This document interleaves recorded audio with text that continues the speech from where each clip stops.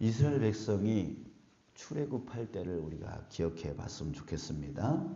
하나님께서 그들을 출애굽시키기 위해서 10가지 재앙을 내리셨어요. 그래서 이집트를 탈출하게 하셨고요. 또 홍해바다 앞에서 그 홍해를 가르셨어요. 가르셔서 그 홍해바다를 광야같이 지나가게 해 주셨어요. 또 다 건넌 후에 바다를 다시 덮으심으로 인해서 이 이스라엘 백성들을 쫓아오면서 이제 이스라엘 백성을 다시 잡으려고 했던 그 군사들이, 이집트 군사들이 다 수몰되어서 죽어버렸어요. 자, 이 일을 누가 하셨다고요? 바로 하나님이 하셨다고요. 그렇죠? 하나님이 하셨어요.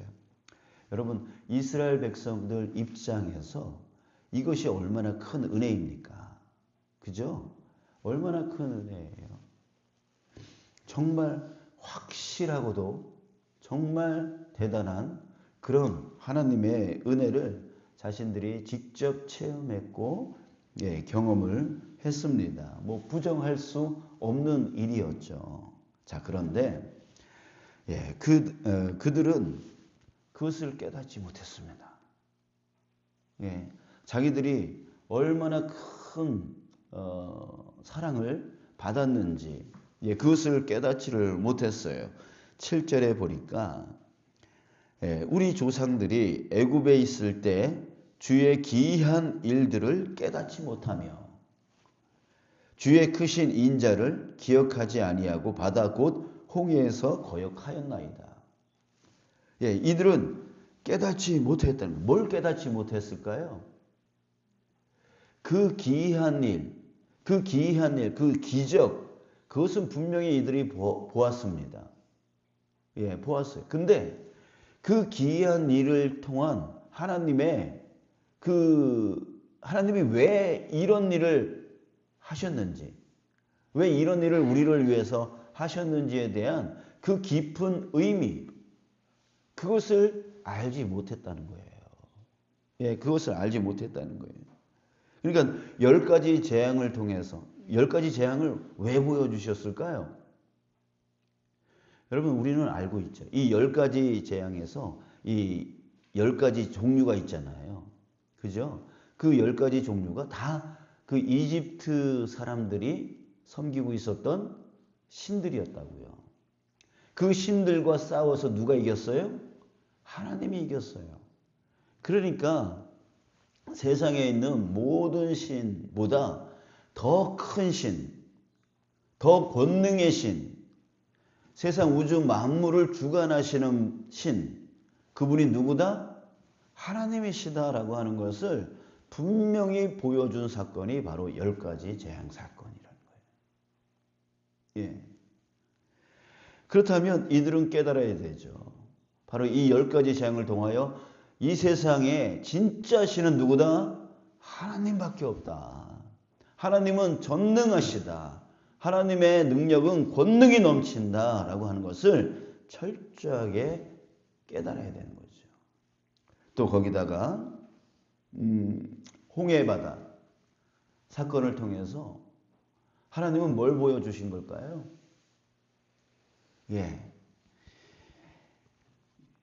그 출애굽을 시켜놓고 그 바다 앞에서 다 죽게 만들어버리면 아무 소용이 없는 거잖아요.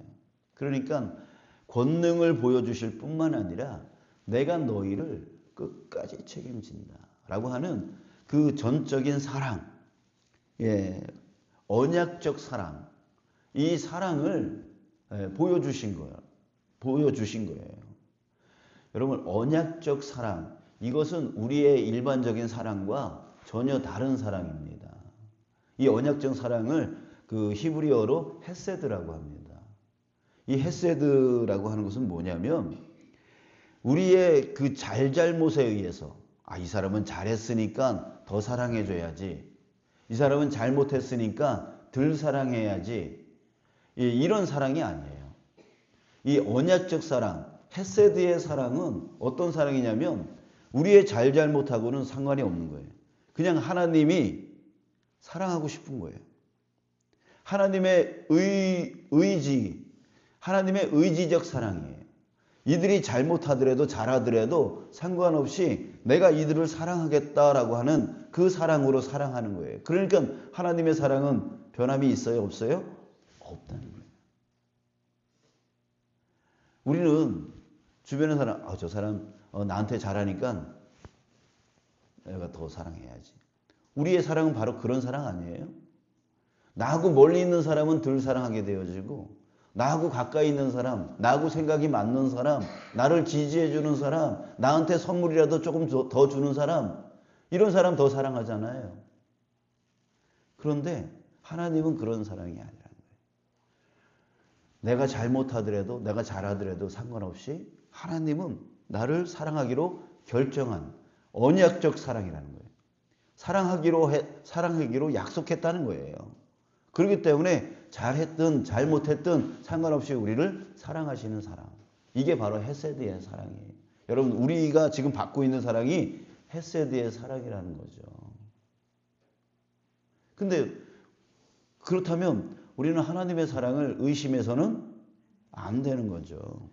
여러분 지금 이스라엘 백성들이 하나님께 받은 사랑이 바로 이런 사랑이에요. 그런데 그것을 깨닫지 못했다는 거죠.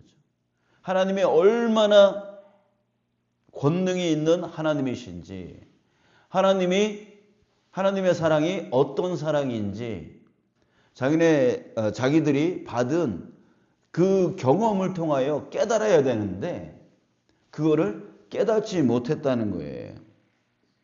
그래서 7절 다시 한번 중간 이유 보면, 주의 크신 인자를 기억하지 아니하고, 바다 곧 홍해에서 거역하였나이다. 거역했대요. 이 거역한 사건이 뭘까요?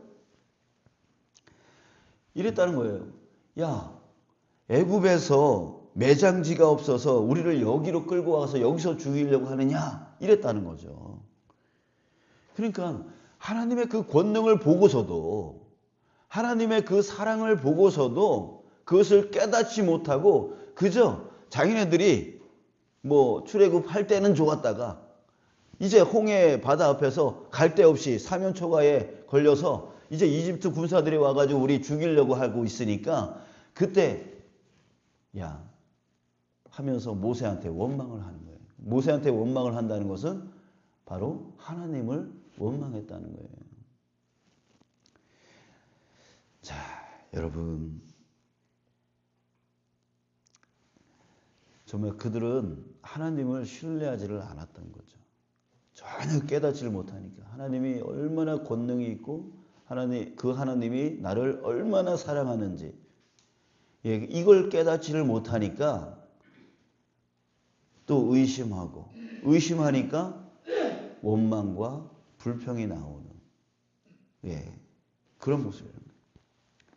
자, 그러면서 여러분 6절에서 시편 기자가 뭐라고 합니까?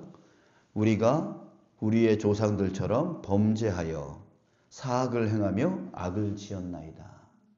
우리도 똑같다라는 거예요. 여러분 우리 자신을 한번 봤으면 좋겠어요. 그 불신의 죄가 하나님은 여전히 나에 대해서도 그 권능으로 역사하여 주시고 그 변함없는 사랑으로 역사하고 계시는데 여러분 우리 자신은 하나님을 정말로 신뢰합니까? 또 불신의 죄가 나에게 있지 않습니까? 지난 인생을 한번 돌아봐 보세요.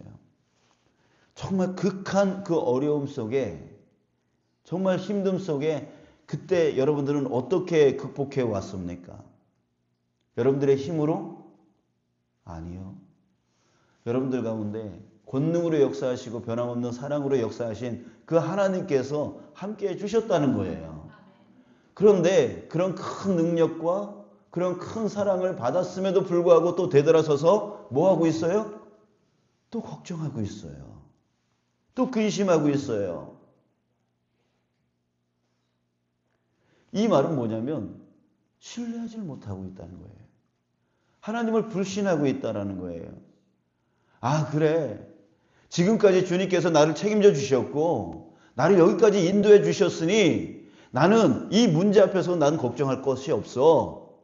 이렇게 나가야 되는 게 마땅한 건데 그 큰 사랑, 그 큰 능력을 내가 받았음에도 불구하고 되돌아서서 또 걱정의 말들을 하고 있는 거예요.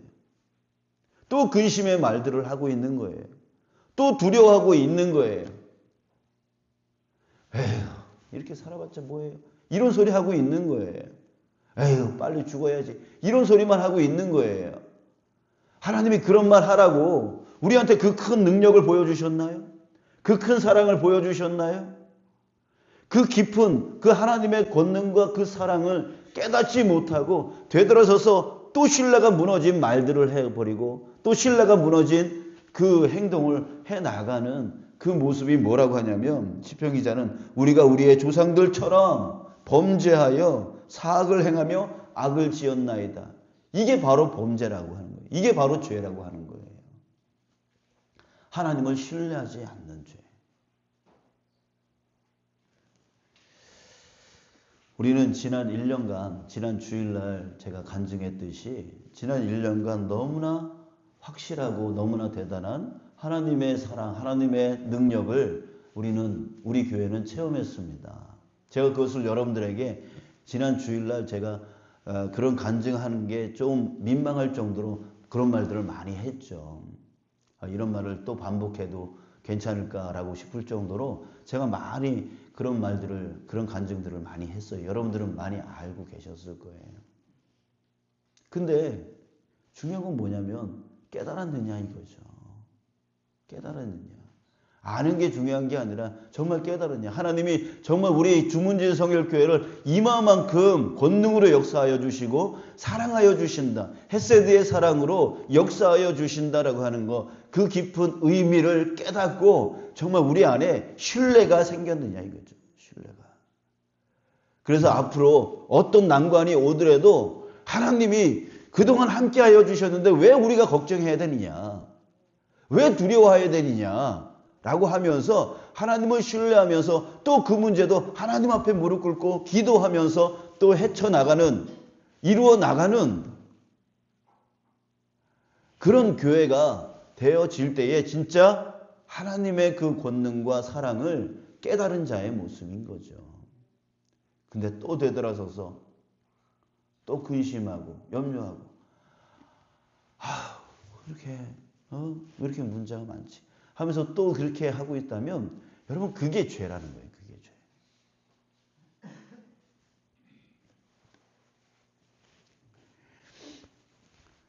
자, 여러분 우리 하나님을 신뢰하는 저와 여러분들 되시길 원합니다. 아멘. 정말 우리가 신뢰한다라고 하는 증거가 있습니다. 그 증거가 뭐냐면 우리 입술에서 사라져야 될 것이 있어요. 정말 하나님을 신뢰한다면 입술에서 뭐가 안 나와요? 바로 이스라엘 백성들이 하나님을 신뢰하지 못함으로 인해서 계속 그 입술에서 뭐가 나왔어요? 그 광야에 계속 그 40년 동안 가면서 뭐가 나왔죠? 원망이 나왔잖아요.